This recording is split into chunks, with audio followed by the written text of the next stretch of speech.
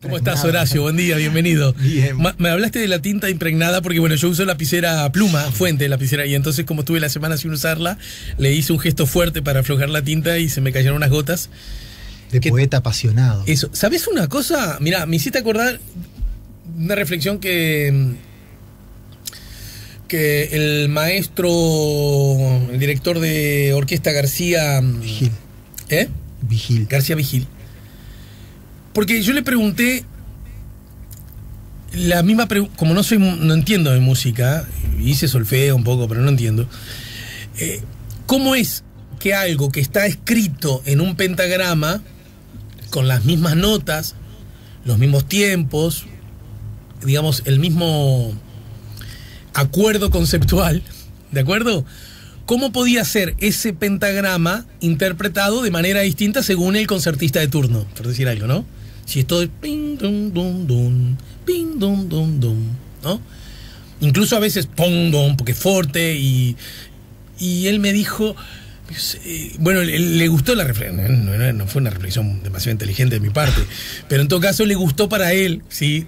Darnos inteligencia, y a él le gustó mucho esa pregunta porque dijo que él, cuando vio las partituras escritas por Beethoven, por ejemplo, porque después las partituras se imprimen y son todas iguales.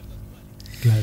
Pero la letra, entre comillas, de Beethoven era la nota marcada, la mancha de la tinta, y eso decía que tenía que ver con la forma del alma.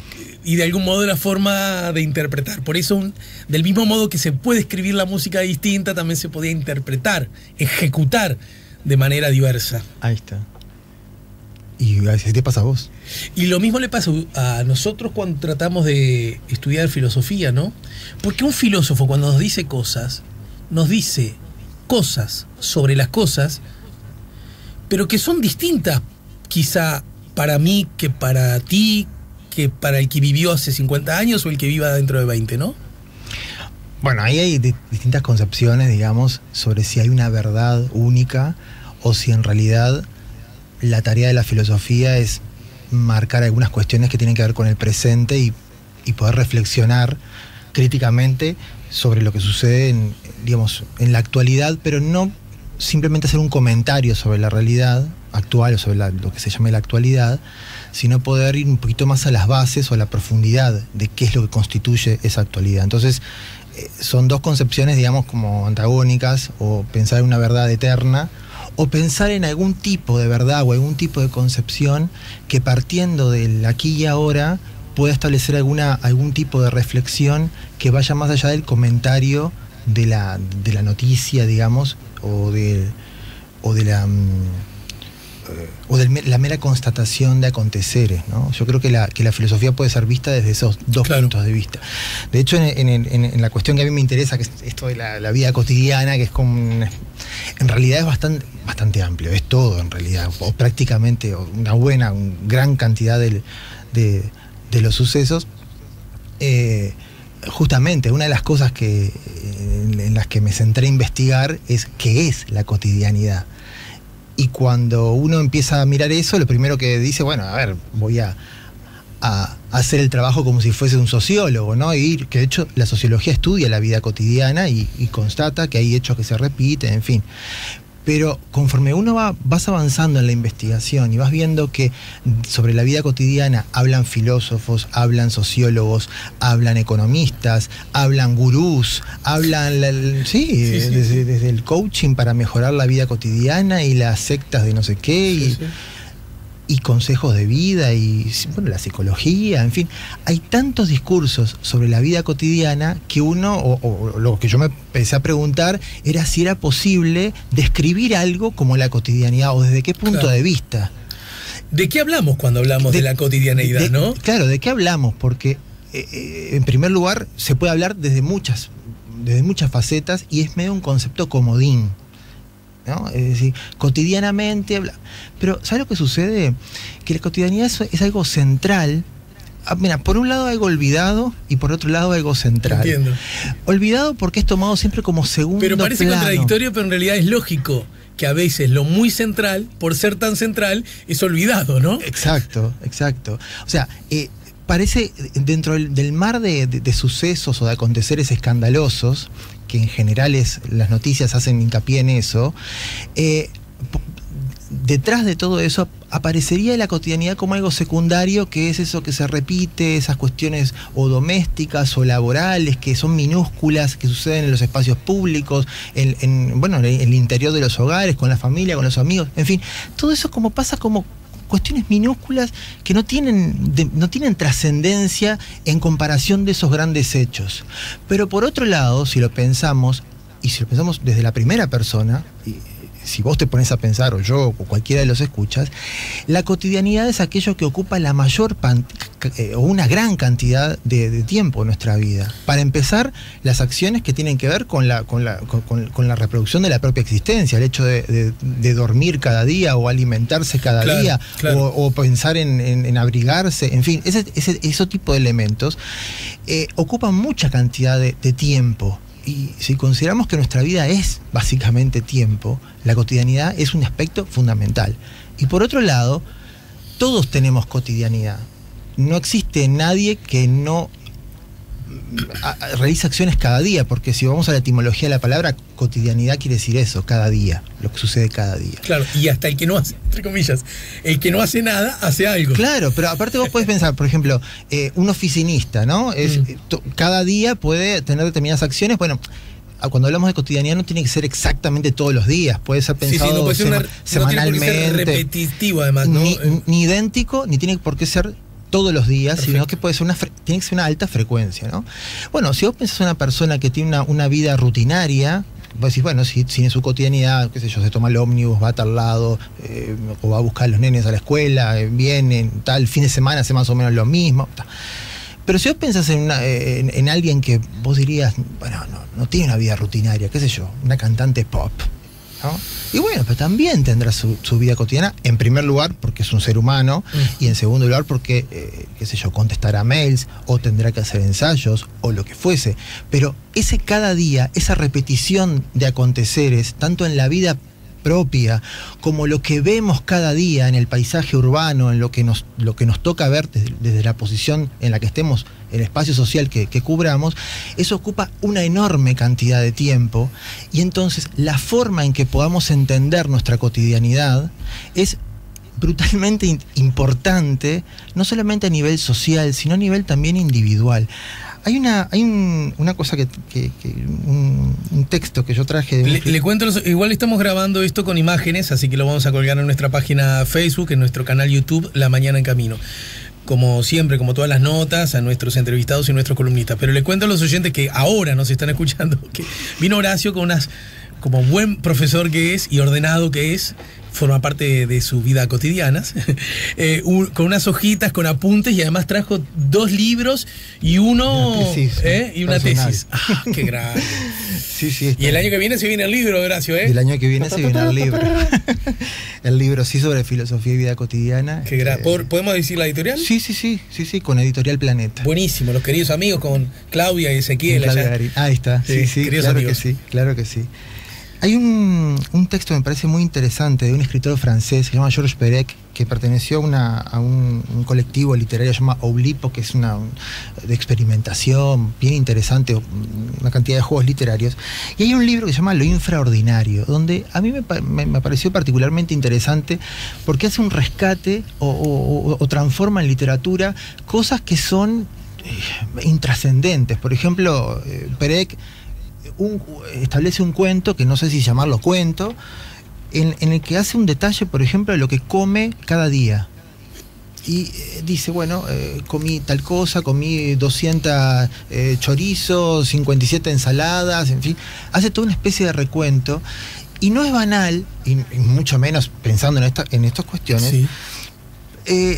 Si pensamos en esto que estábamos hablando, de que lo que ocupa eso, la importancia que tiene, sino también en que esas cuestiones tienen un impacto individual y social muy importante. O sea, quien controla ese discurso sobre la cotidianidad, que ya, como te adelantaba, es una especie de concepto comodín, tiene mucho poder también. Hay algo que dice Perec y que lo contrapone con el tema de la prensa. Mira, ahora que estamos hablando. Bien. Dice, la prensa diaria, ahora estoy leyendo este texto de Perec que se llama Acercamientos a qué. ¿Y Perec se escribe con C o con K? Con C. Bien. Perec. P-E-R-E-C. Dice, la prensa diaria habla de todo menos del día a día. La prensa me aburre, no me enseña nada. Lo que cuenta no me concierne, no me interroga. Lo que realmente ocurre, lo que vivimos, lo demás, todo lo demás, ¿dónde está?, se pregunta Perec. Lo que ocurre cada día y vuelve cada día, lo trivial, lo cotidiano, lo evidente, lo común, lo ordinario, lo infraordinario, el ruido de fondo, lo habitual. ¿Cómo dar cuenta de ello? ¿Cómo interrogarlo? ¿Cómo describirlo? Y aquí finaliza la cita, ¿no? Y esa es la pregunta, un poco. ¿Podríamos decir que en este caso, desafío. cuando dice prensa, es sinónimo de medios de comunicación? Sí, ¿O se refiere porque, al diario específicamente? Se refiere a medios de comunicación en general porque él es un cuento muy cortito y él cita algunos hechos de actualidad, de los años 60, ¿no? Antes de continuar, ¿podríamos distinguir de qué hablamos cuando hablamos de ordinario y de infraordinario?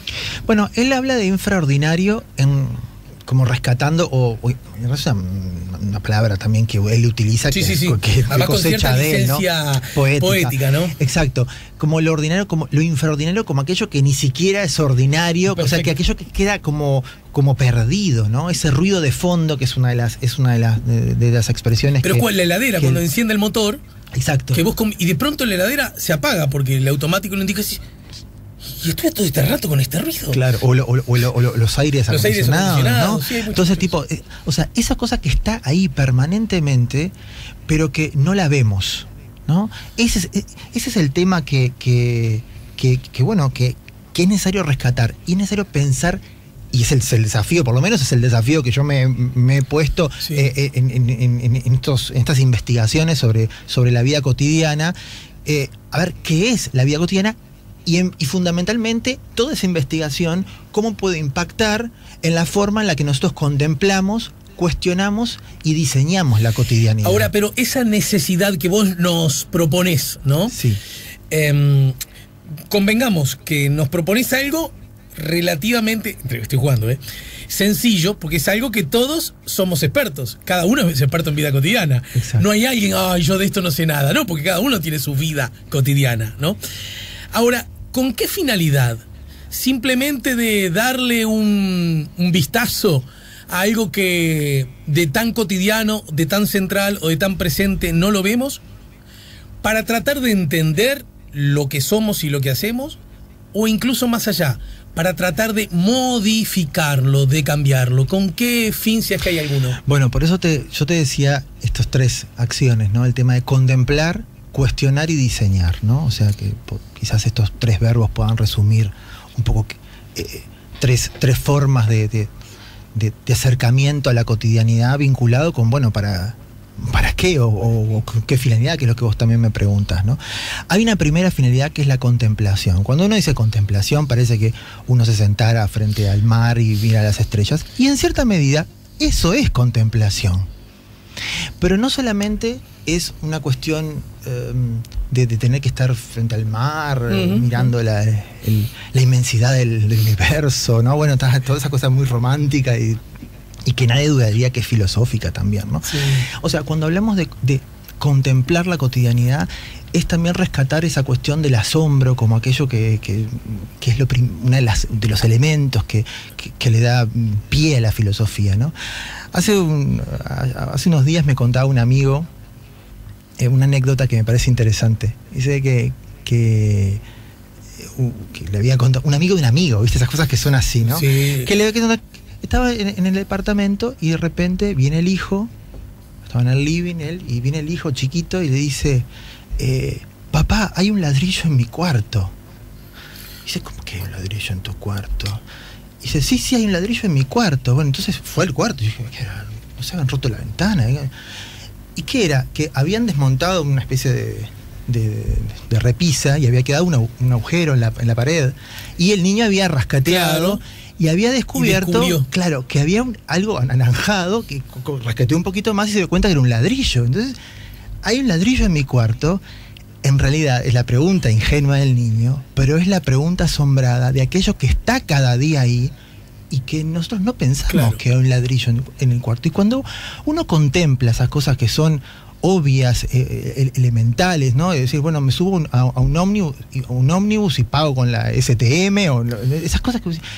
O voy al hábitat, Sí, perdón, sí. no sé Sí, si diga todo. a la red de pagos y Sí. cobranzas, y cada vez hago más cola, y eso siento un pequeño malestar, y esas cosas que son intrascendentes, que pasan, que pueden ser un comentario al barrer, en realidad ahí está la contemplación de las cosas que están alrededor, pero también la contemplación de cómo nos sentimos en relación a las cosas que nos suceden cada día. Entonces, lo primero es detectar ese ladrillo que está en el cuarto. Sí. Que no es necesario que alguien haya roto la ventana o que haya un robo, ¿no? Algo que sería Para saber que... extraordinario. O sea, que alguien... Sí, entiendo. ¿No? Golpeó, o sea, lo raro. No. Hay algo que está ahí. El ladrillo ya estaba en el cuarto. Ahora, si uno empieza a desandar la madeja a partir de los elementos mínimos, la tarjeta STM, la cola, un comercio, no sé qué, o el ladrillo, si uno entra a desandar a partir de ahí, uno levanta el mundo, o levanta su mundo, el mundo que lo rodea, porque a partir de cada uno de esos elementos hay muchísimo material para reflexionar. Entonces, lo primero es contemplar, y en la vida cotidiana hay una riqueza de contemplación enorme. Mirá, una de las cosas que me preocupé también... Pará, porque estamos en el final del programa, igual sí. Vamos a continuar, les cuento a los queridos oyentes con otras entregas de Horacio, aprovechando que está aquí en Montevideo, durante por lo menos el año que viene, buena parte estarás. Por lo menos hasta febrero. Bueno, bien. Carnaval al velódromo vas a ir, por supuesto, algo, por lo menos, ¿no? Les cuento que Horacio es muy carnavalero además. El gesto de contemplar, te lo dejo planteado para ver si me lo podés resolver la próxima. Bueno. Porque la posibilidad de contemplar se ve algo dificultada cuando ni siquiera nos lo planteamos ni hablar. Bueno, ni siquiera te lo propones, pero aún así, porque contemplar algo en lo que estamos de algún modo inmersos es un poco difícil.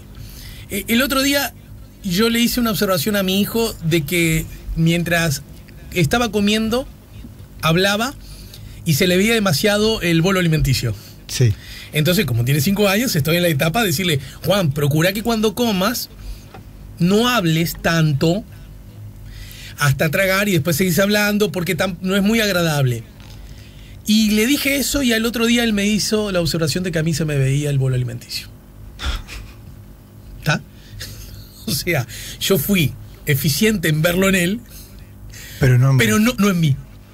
¿No? Entonces él, al advertir eso, me dijo, papá, se te ve la comida. Claro, hay una cosa que por más que lo dejemos para después, pero igual te lo quiero decir, culminar esto, que el tema de la contemplación no implica que tengas que tener ese ocio. Por eso yo contraponía con esa imagen de estar sentado mirando la inmensidad del cielo azul. No, hay una necesidad también de contemplar, porque muchas veces la vida que llevamos día a día tiene elementos que generan malestar, que provocan una incomodidad o que provocan una necesidad de cambiar o un bichito de mejorar, en fin. Entonces, no es que uno tenga que estar en plan con filosófico. Entiendo. O sea, surge también de la propia necesidad de contemplar. Para tener una mejor vida. Pero claro, o sea, no. Entonces, buenísimo, porque ahí es donde entraríamos al otro plano, que es el del cuestionamiento, ¿no? Exacto. Y al otro plano que tiene que ver, bueno, al de diseñar algo. Pero la pregunta es, estoy en la fila de la red de pagos. Sí. Es una fila demasiado extensa. Yo igual les recuerdo, yo tengo 53, ¿no? Filas largas, colas largas, era la que vivíamos hace 40 años atrás, ¿no? Que además, como yo trabajaba para una empresa, te lo digo bajito porque... Y pagaba la OCE, la UTE, Antel y otros organismos públicos. Y se pagaban en lugares distintos cada uno de esos. Y eran colas interminables. A veces tenía la suerte de no hacer tanta cola y hacer cebo y volver al trabajo diciendo que me había llevado todo. Y era creíble, porque las filas eran muy largas en muchos organismos. Ahora a veces sí te morfás una cola larga, pero en una sola liquidas todo, ¿o no?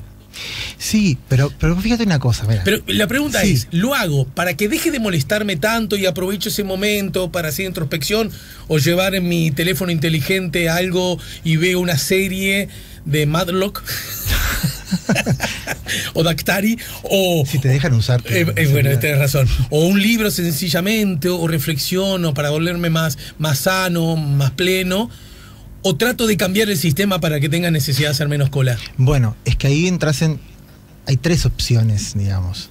A ver, una son las opciones que van a ir a criticar el sistema, lo externo, en fin, ¿no? O sea, que es de cuestionamiento social o político, en fin, ¿no? O sea, a partir de la fila vamos a poner la fila de la red de pagos y cobranzas, Sí, uno sí. puede decir, mira, en realidad la fila es un mecanismo que tienen de tercerizar las empresas públicas u otros organismos, en fin, de tercerizar cuestiones y, bueno, no podría pensar en esas tercerizaciones. O son formas en las que se traslada al cliente trabajos que en lugar de hacer la empresa con sus empleados, se traslada a los clientes porque es más barato y uno empieza...